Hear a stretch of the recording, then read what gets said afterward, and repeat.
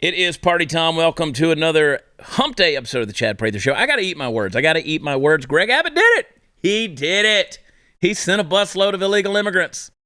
Illegal migrants. I don't know what the right word is. Illegals. People who aren't supposed to be here. He sent them to Washington, D.C. in a bus. The first busload apparently got off in Washington, D.C. just a few blocks from the Capitol. He did it. I said he wouldn't do it. Now, I still don't think that's a good plan for dealing with the southern border issue, but hey, he did it. I said he wasn't going to do it, and he did it. We'll see how more. It could be more like the border panels that he put up on private property, and he said Texas was building the wall. I don't know, because I haven't seen him put up any more panels, so maybe that one bus was kind of the one symbolic shot across the bow. I don't know. We'll talk about this and more.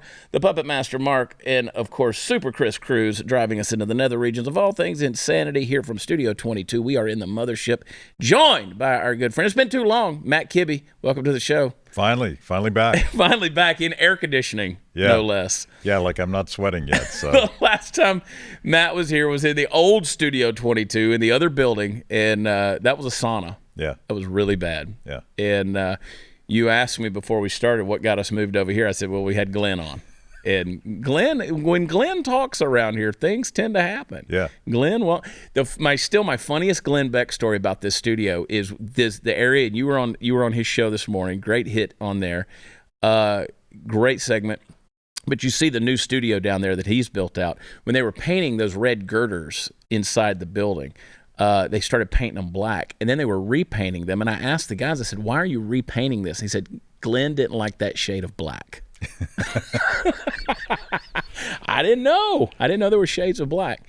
What are you doing in town, first of all? I came in town. Glenn did my show, Kibbe on Liberty, yesterday, and we did a deep dive on the Great Reset and the Chinese model and lockdowns and how all these things fit together, how they're trying to sort of we all use the word grooming now. They're trying to groom us to be compliant citizens in this crazy new world authoritarian order that they're imagining.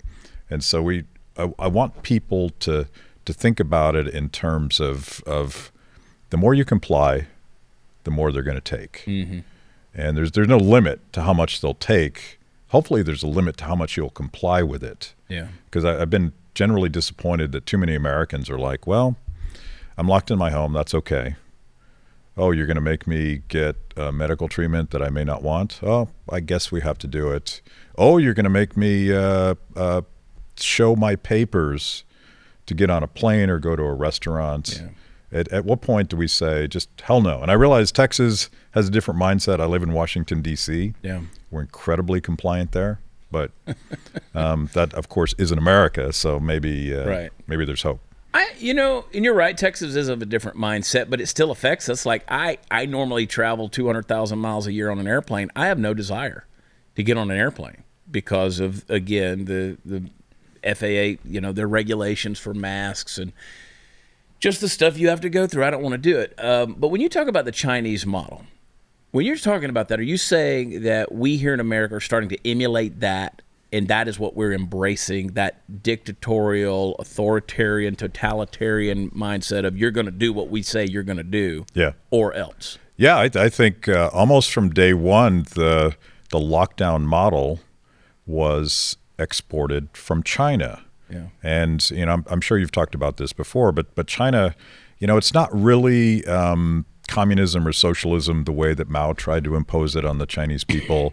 It's like this technocratic authoritarianism, like a story, like a dystopian story out of Black Mirror or something, where they control every aspect of your life. They know what you're thinking, they know what you're saying, they know what you're doing, and it's all sort of modulated through these this social credit system, which is a collusion or a cooperation between banks and big tech and the Chinese government.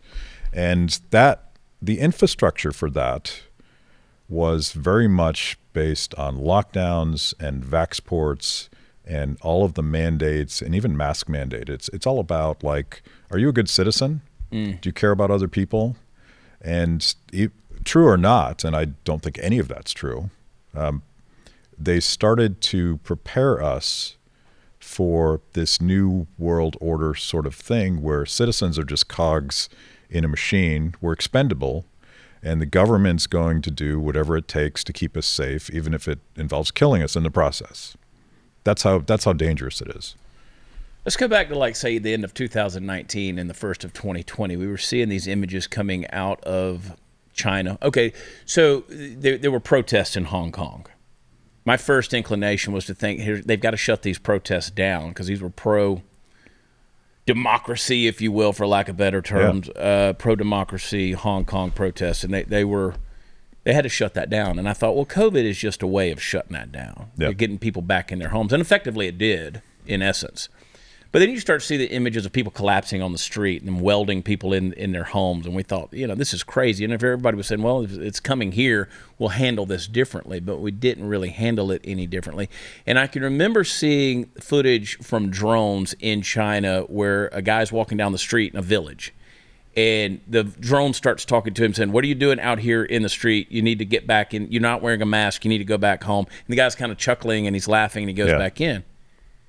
But now we're seeing a full-blown realization of this, right? I mean, we saw the video and the images from Shanghai. Right. People screaming. You can hear them, as they're overlooking this economic center, which is of China, Shanghai, and these people are screaming. And what's going on in that situation? Well, think about the absurdity of this in the American context. The Chinese government has mandated that people in Shanghai are, the euphemism is sheltering in place. Yeah. But they're not sheltering in place. They're locked in their apartments. And why would they've been locked in their apartments for long enough that the food has run out and they're starting to starve, and they're starting to go to they're not allowed to go to their windows and scream, but what they're screaming is, I'd rather die than do this. Yeah. But why would they do that? Why would you comply with that? It's because if they break the rules, if they go out into the streets, they will be identified and they will be labeled bad citizens, and they might be beaten, but more importantly, their lives are ruined, because once you become a bad citizen in China, they debank you. They take away your bank account, they take away your means of getting a job, and then they start targeting your family. So they're making this choice. Do I starve to death, or do I suffer a lifetime of destruction? Yeah. And it's so anti-human. It's hard for Americans, I think, to imagine that such a thing. But the entire infrastructure that they use to keep the Chinese people submissive is exactly the things that we've done to Americans over the last 2 years. I want to jump off onto another point, but I want to save that for a second, because that's going to take us down a whole other rabbit hole in talking about how they're going to control us financially and various other ways. You mentioned the Great Reset. We'll talk about that.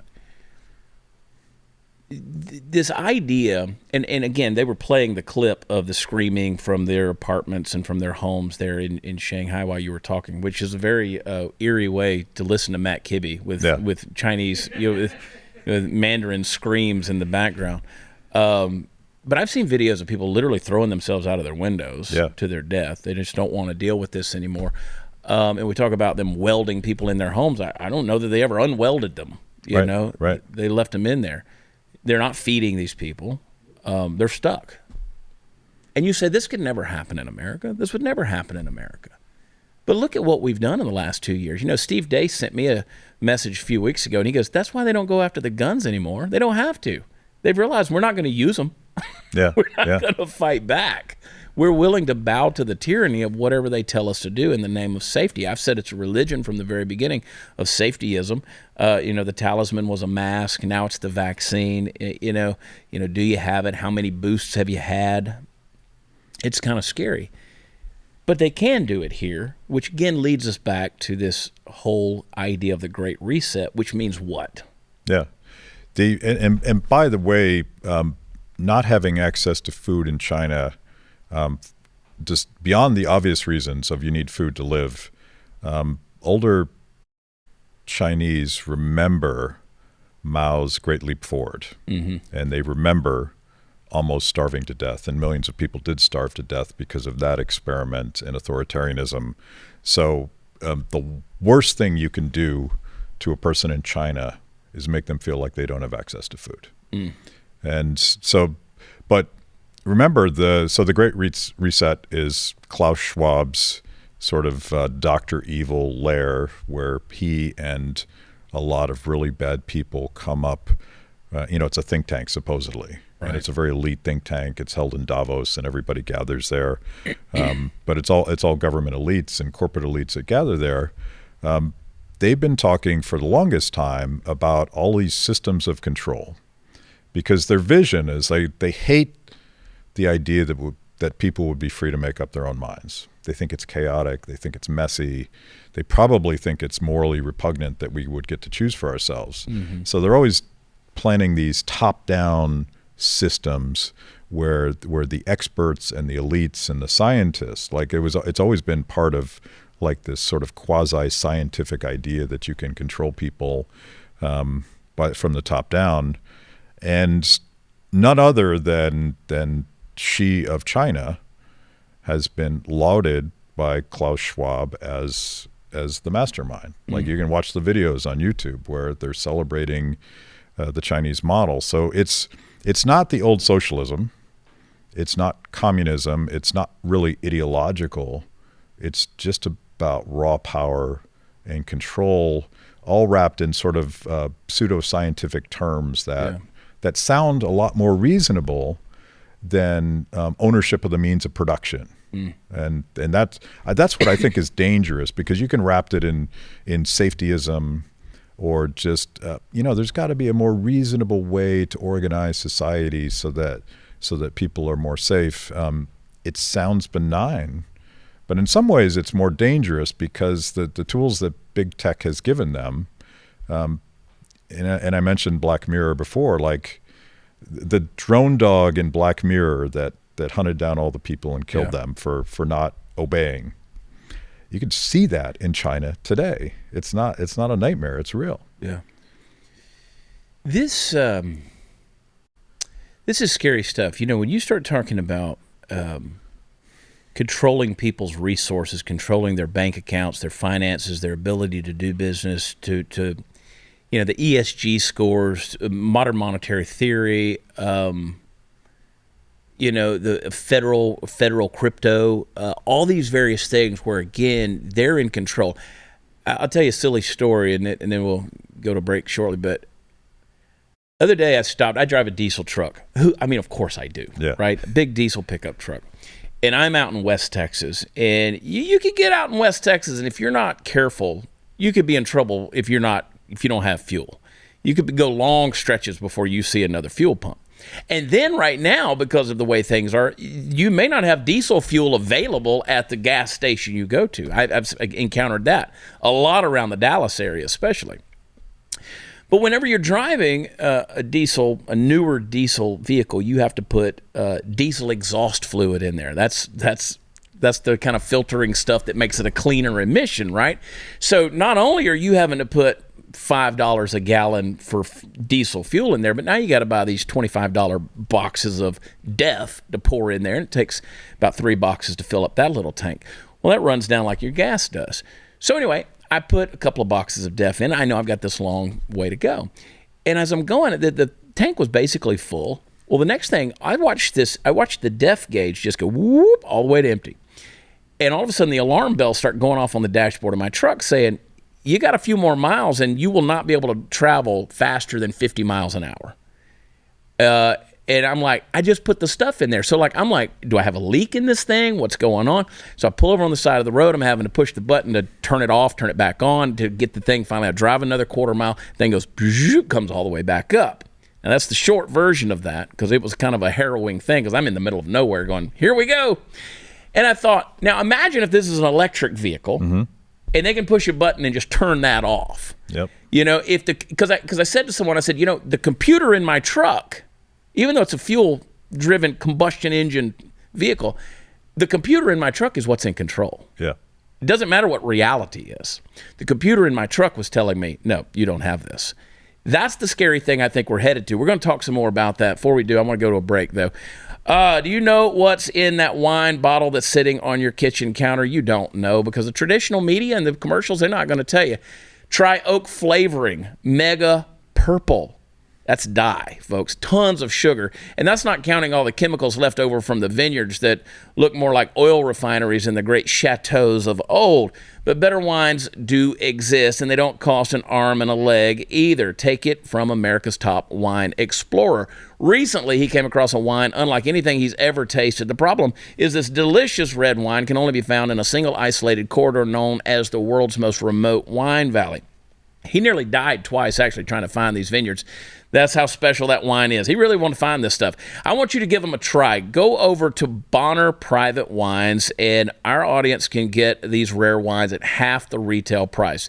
You don't need a promo code. Plus, they're going to give you 50% off of shipping. This wine is truly something special, but the supplies are limited. You've heard me talk about how much of this we drank on election night. I want you to go to BonnerPrivateWines.com.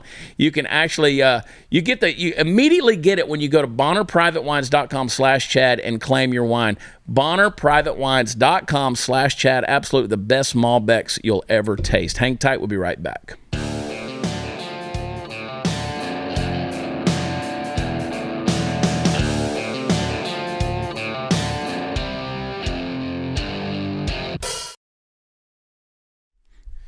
Hey, Blaze host and all-around smart guy, Matt Kibbe in the hot seat. Let me tell you, you tell me this stuff, and I got to start pouring some more of this Hill Rock right here. Our buddy Jeff Rosenblum, the author of Exponential. That's the beauty. When I was on your show in Washington, D.C. one time, I think I was half in the bag when I got there from drinking all night long. And I like your show because you advocate for this. Yes. So we call it our booster shot. Cheers. And this Hill Rock New York bourbon, of all things. Pretty dadgum good. Yeah. Got to drink it while we can because they may shut us down. Right. We may not be able to do anything here pretty soon. I was going to say, like, one of the few good things to come out of New York in the last couple of years it's true. is perhaps this bourbon. So when Jeff sent me this, he sent me a note, and he said, dude, don't judge me on this. Don't judge, but this is a good deal. Yeah. And somebody was asking me about it, and I said, I honestly don't even know how much it cost. I looked it up. It's like an $80, $90 bottle. So it's a pretty bottle. I like that. And surprisingly, it's good because sometimes these small distillers will replace a beautiful bottle with beautiful whiskey instead of beautiful whiskey. Exactly. And that's true. Some people that don't know what they're doing, they're like, oh, that bottle's cool. But this one stands up. Is there a rye in that? Does that taste like a rye to you? It kind of got a says spice to it. It says double cask rye. Does it say that? I can't see. Unless I have my readers on, I can't see it. So this is it suggests it's 100% rye, but it doesn't have to be. You can see that from over there. Yeah. It's impressive, Matt. I drink more than you do, so. I don't know if that's possible. I have gone the last 4 days without alcohol. That's the longest I've gone without some form of a cocktail in, I'm ashamed to say it, Mom, years. But I was like, I need a detox. Yesterday, I was working in my office, started getting a headache. I was like, oh, that's what this feels like. Yeah. I was getting a hangover from not drinking. Anyway, ESG. ESG, modern monetary theory. We talk about it. It's kind of the boogeyman that's in there. I mean, anybody that's listening to Glenn talk, of course, people need to read his book, The Great Reset. What are your thoughts on this? How realistic is this to happening in America? You know, I think it's already happening, and it's happening drip, drip, drip. And to me, going back to the Chinese model, it's all about controlling the bank and controlling your money. And if they control those things, they control your life. And over the last 2 years, we have done insane things to our fiat money supply. Yeah. The paper government money. I think the supply's gone up like 40% or something. And that, of course, is a great way to steal money from working folks and transfer that wealth to the insiders that sort of feed at the trough of monetary expansion first. And this has always been a problem. Like paper money government money has always been a way for elites and government officials to feed themselves at the expense of people that hold dollars in their wallet. Fast forward to the freak out, like the Biden administration's freaked out about cryptocurrencies, and government's generally worried about blockchain technologies because they can't control it. They can control the intermediaries, which is what Trudeau did in Canada to steal the truckers' money, even if it was Bitcoin. Because they can just seize the bank, the Bitcoin bank.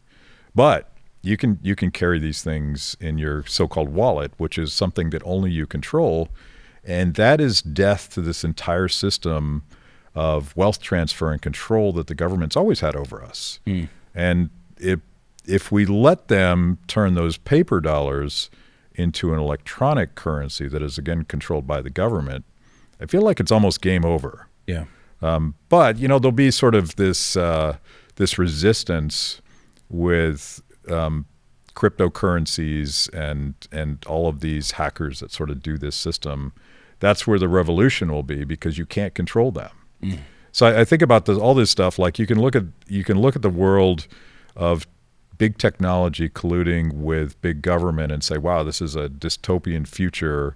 We're all going to be part of the matrix pretty soon. Yeah. Or you can think about radical technologists, cyber libertarian world that is very real. It's very big. There's a lot of Bitcoin millionaires out there, most of whom were libertarians who understood what it was before the rest of us did. Yeah. And that, to me, is where the opportunity is. Like you can resist because they can't control you. So when Klaus Schwab comes out and says you're going to own nothing and be happy, basically that's the goal. Right. That's the agenda. Now you go back to, what was the year? 2013, I want to say it was. Chris, you may be able to correct me on this, when Justin Trudeau gets up in front of a group of people and he talks about if there's any country that he admires, it's China. Yeah. And the way they're able to do things, like they can basically snap their fingers and get things done.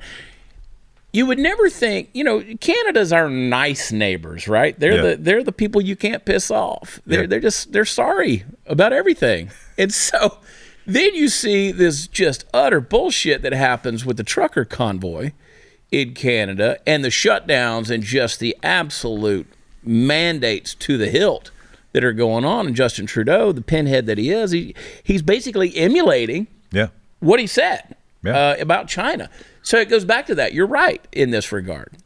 I want to play now. Again, we're dealing with massive inflation going on here. I mean, record highs right now.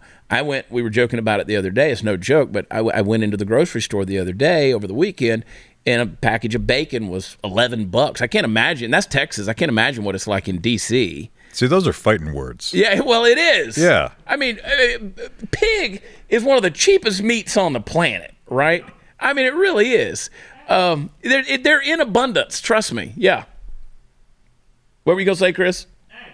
Eggs are, ridiculous. Like $8. Yep. I saw a carton of eggs for $8. Yep. Now, that's not prevalent in Texas, but it's in a lot of places. I mean, in the zombie apocalypse, I will give up eggs. But if you go after my bacon... I did. I got up this morning and made bacon. I'm out of eggs. Can't afford them anymore. But I had a little bit of bacon. I'm going to eat this bacon till it's gone, because, by God, it's more valuable than gold at this point. So I had a flour tortilla with a little cheese and some... I was like, I'm going to fry this bacon before it goes bad. Of course, I'm a single guy. I live very Spartan anyway, but I'm not letting the bacon go. But this is ridiculous. So you have, what did it hit? 8.5%. Of course, that's just one aspect of looking at it. This is insanity what we're seeing. I'm glad the bird shit on Joe Biden yesterday. That made me very, very happy. That bird's been disappeared, by the way. Yeah, it probably flew up. Hey, you want to take that route through the windmill farm? Yeah. 100%. Before you do that, though, play the gas prices clip from Biden. I'm not going to wait to take action to help American families. I'm doing everything within my power by executive orders to bring down the price and address the Putin price hike. In fact, we've already made progress since March inflation data was collected. Your family budget, your ability to fill up your tank, none of it should hinge on whether a dictator declares war and commits genocide a half a world away. To help deal with this Putin price hike, I've authorized the release of 1 million barrels per day for the next 6 months from our Strategic Petroleum Reserve. This is by far the largest release of our national reserve in history. We're screwed. We're screwed. Who is that old guy? Yeah. By the way, like yelling at the dictator, they're all trying to blame Putin for what has been structural inflation that was obviously predictable, coming from the fact that we spent $6 trillion that we didn't have, and we monetized it all through the Fed because we couldn't borrow any more money. But we're complaining about Putin, the dictator. Simultaneously, the Biden administration is going hat in hand to dictators in Iran and Venezuela, begging them to give us some of their oil. It's all what we call BS. Yeah, you are going to the dictators. Yeah. That's exactly what you're doing, Joe. Yeah. Did you see? Side note: did you see the was it Saudi Arabian television when they were making fun of Kamala? Yeah, and I think they did a pretty damn good job. Pretty bang up job of old Sleepy Joe there. And more importantly, they don't care, right, if we respect them anymore. No, and that's a new thing. Well, if they're laughing at you at that level, there is no respect. I mean, Afghanistan was a big magnifying glass to the level of weakness we're dealing with in Washington, D.C. in this administration. So the world doesn't care. Right. You can't put them on notice. There's nothing to do. They're not going. We're not going to back it up with anything. And by the way, credibility ultimately. I'm going to a number of former Soviet satellite countries to give a bunch of talks in Europe, and we're obviously going to talk about Putin, and we're going to talk about. I think energy is a key part of that, but respect comes from strength, and strength comes from economic strength. And as long as we're destroying our currency, and it no longer will be sort of the world baseline for currency, everything we've done in this country over the last 2 years has been an economic disaster, and that has global consequences. Like, are they going to take us seriously if we're an economic basket case? Yeah. And no, we're not Venezuela yet. We have deep reservoirs of wealth in this country that has prevented that sort of hyperinflation, but it's coming. This is the beginning of a substantial degradation of our currency and our buying power. We're going to take a break. When we come back, a couple more things to talk about, but I want to talk about what we do about this. And anytime I'm around Matt's one of those guys where I just want to say, well, what do you think about? And I want to shut up and listen. So we're going to talk about this in a little bit. I'm serious about that. There's a few people like that. I can count them on one hand. Kibbe's one of them. Hey, this spring, revamp your daily routine with Bespoke Post and their new seasonal lineup of must-have Box of Awesome collections. Bespoke Post partners with small businesses and emerging brands to bring you the most unique goods every month. No matter what you have going on this season, Box of Awesome has you covered. From camping gear essentials to cookout must-haves like hot sauces and barbecue rubs. They sent you some pretty cool stuff, actually. Box of Awesome has collections for every part of your life. So get started by taking the quiz at boxofawesome.com. Your answers are going to help them pick the right Box of Awesome for you. They're going to release a new box every month across a ton of different categories. Each box valued around $70. I think it's worth more, actually, but you only pay a fraction of that price. Plus, with each Box of Awesome, you're supporting small businesses. 90% of everything that comes in your Box of Awesome is from a small up-and-coming brand. It's free to sign up. You can skip a month or cancel anytime. It's very easy. Get 20% off your first monthly box when you sign up at boxofawesome.com. Enter the code WATCHCHAD at checkout. That's code WATCHCHAD. We'll be right back.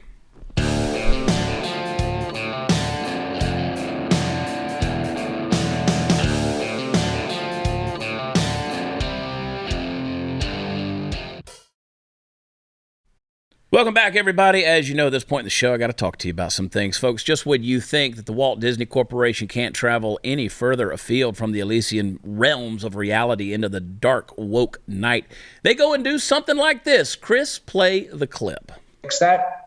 The other big area is gender identity and expression. So doing all of this work to ensure that our employees and cast can express their gender here authentically and proudly at the company. So, coming up with guides on how to change your photo, information about pronouns, working with our benefits team to give information about gender affirmation procedures, both for our employees who are transitioning and trans, but also our employees who have kids who are transitioning.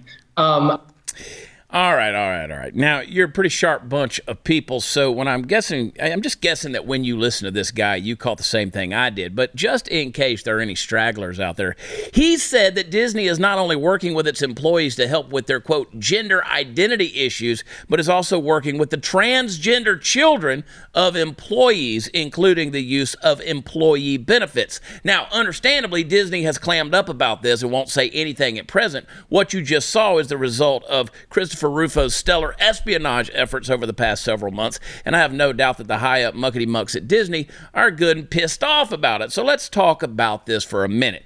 At what point in time did Disney decide that it wasn't enough for little girls to want to be Disney princesses? They needed the boys to want it too? I mean, let me see if I can answer that in a roundabout way. Have you ever heard the phrase, loose lips sink ships? Well, I want to suggest a new phrase that's related to that concept. Loose thinking sinks countries. Start with first principles. We know that the left's primary instinct is its primary drive. Its mandate is what? They want to subvert the dominant paradigm. We talk about that all the time.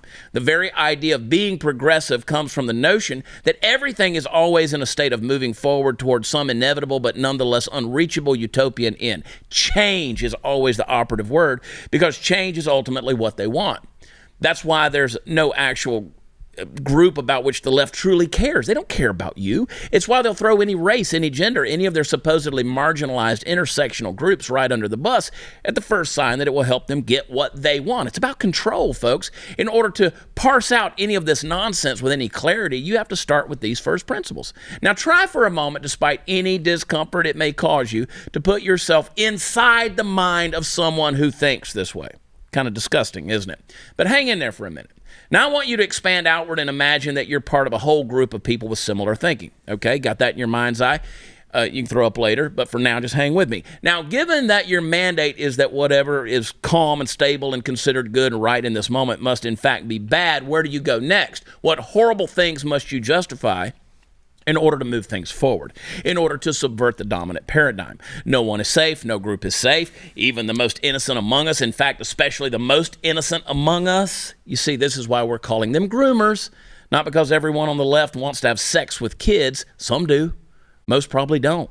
And not only because they want to ruin kids' lives. You see, that notion would imply that they cared about anyone in the first place. Leftism is a teeming, frothing swamp of just disgusting narcissism.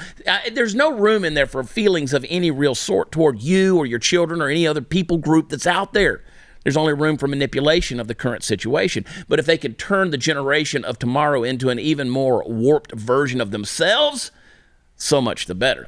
Disney's just the latest pawn in the left's play for ultimate endless power. The very second that Disney no longer serves a useful purpose to them, they'll discard it like the toilet paper stuck to the bottom of their shoe that it currently is. So enjoy your moment in the sun, Disney. Do all your evil deeds. Use your company's benefits division to help mutilate children all you want. But your day is coming. It's a small world after all, and there's no room for you once you cease being the useful idiots that you are. Matt, do you think we're overstating the case in this situation?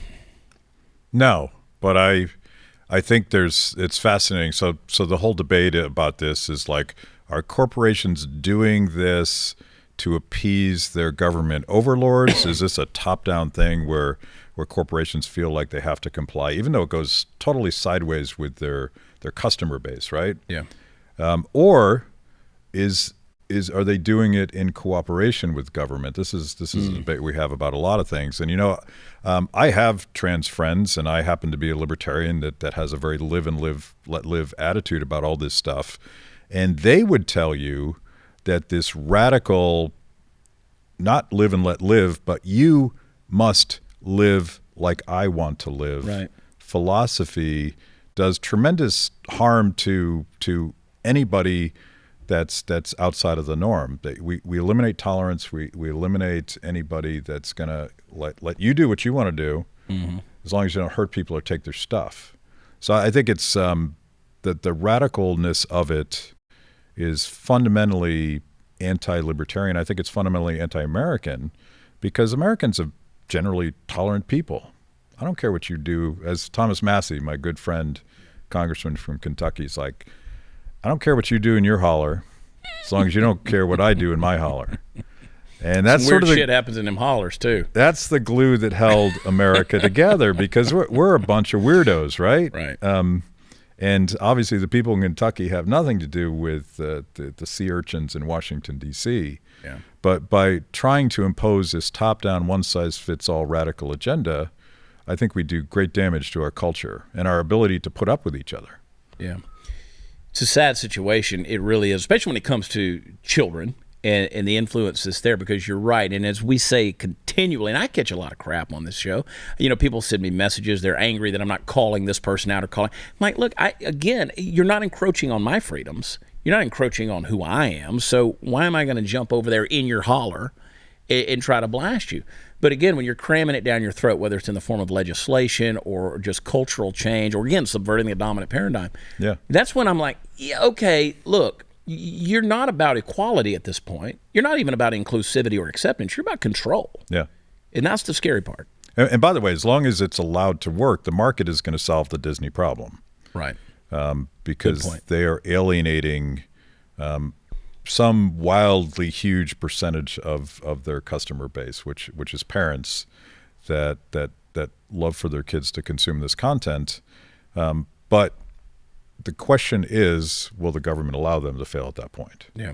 And will they allow alternatives to emerge? And this is where sort of tech censorship and deplatforming comes to bear, because the culture industrial complex doesn't really allow for wholesome alternatives. Yeah. They discriminate against it, right? Yeah. But it's hard to stop.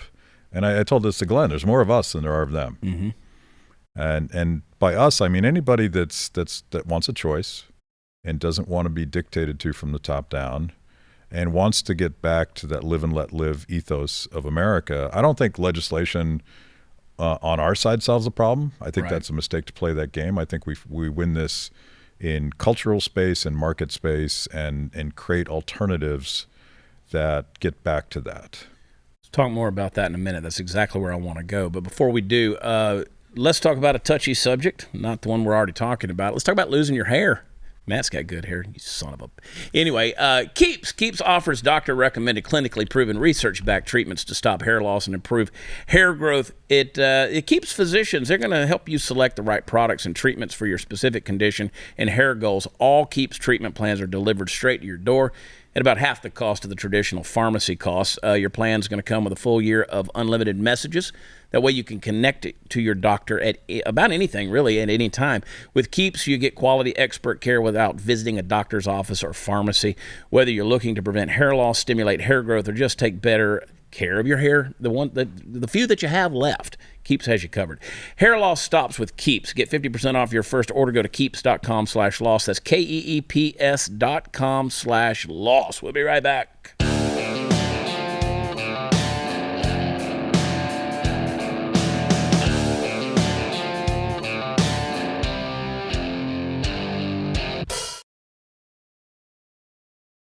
So what I'm hearing you saying, and I'm going to talk about two words here, parallel economy.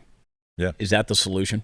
I think it is. And parallel or just a replacement, because the outsider idea, this is what entrepreneurship is. It's the outsider coming up with a crazy idea and everybody laughs at him, and then he charges forward and all of a sudden you're Steve Jobs. And so I think I don't know if it's parallel so much as competition against the existing regime that could in fact become the new economy. And if it's not, that's fine. Like if you want to consume that junk, I don't have a problem with you doing it. Right. Don't mess with my kids and don't force me to do it. Right. That's fine. But to me, the only thing that's sticky in our economy is all of this censorship that is very much collusion between big tech and big government. You have the president's spokesperson telling big tech, you must do something about COVID disinformation. So like, is that big tech making a decision for themselves? I'm not so sure it is. Like, this is an offer they can't refuse in a certain sense. But, just when people think that everything's lost and we're totally screwed, somebody comes along and fixes the problem. And I happen to think that blockchain technology. I have a friend who's actually on my show this week, Jeremy Kaufman, who built a blockchain-based platform called Library. And there's another platform called Odyssey that's a replacement for YouTube, but it's blockchain. It can't be controlled from the top down. And to me, like, somebody smart like that needs to figure this stuff out. Right. And that's where you could get an alternative movie industry. You could get alternative entertainment. You could get alternative music. You could get alternative news, different philosophical ideas. And what the government's been doing is kind of like whack-a-mole, right? The authoritarians, they keep trying to stop us. They'll deplatform Parler. Something else is going to pop up. Yeah. And the reason they're going after crypto right now is that's what they're most afraid of.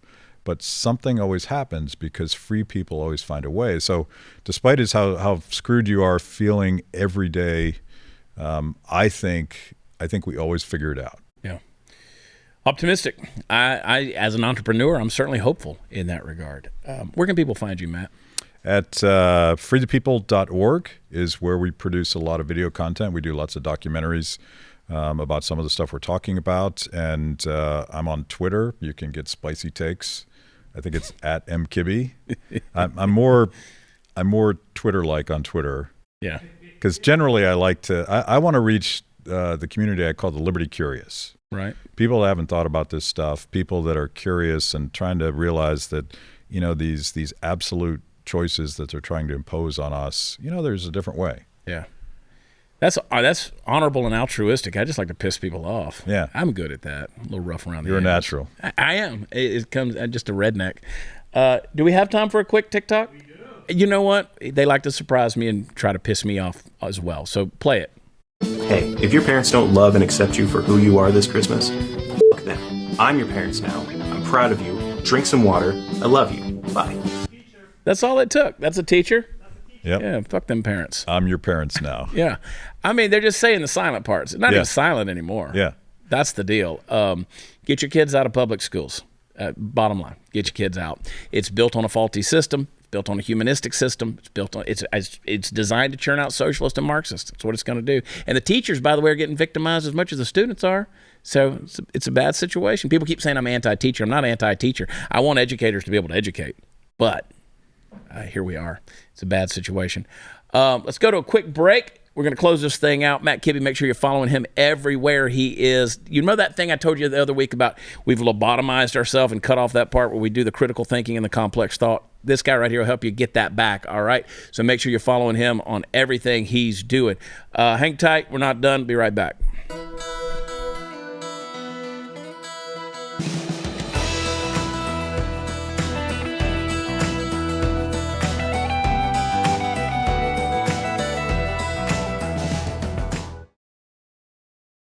Hey, I'd be remiss if I didn't tell you to support the parallel economy by subscribing to independent broadcasters like Blaze Television, blazetv.com/Chad. And get over there. Use promo code MORECHAD. You don't miss out on the overtime. Don't miss out on our overtime that airs every Friday. It's not its own standalone show, so you have to go into my show in the subscription area, and then you'll see the overtime episodes that are there. It's good stuff. Changing your life. It's not political. I'm just kind of helping you. Life coaching, if you will. It's some redneck philosophy. I love it. It works, believe it or not. Go to chadonblaze.com, do a little shopping. No matter where you are in the shop, you can use promo code CHAD10, get 10% off. And I've got live shows coming up all over the country. We're ramping up. The second half of the year is going to be crazy. I'm going to be in the Woodlands, Texas on April 29th. Get your tickets now. Go to watchchad.com. That's where all the fun stuff is. Don't forget to check out our new store there as well. We've been doing a lot of work, a lot of changes, a lot of good stuff. And as I said, don't forget to be following Matt Kibbe as well. You can get his content when you go to Blaze TV and subscribe as well. Just get it all. Be supporting.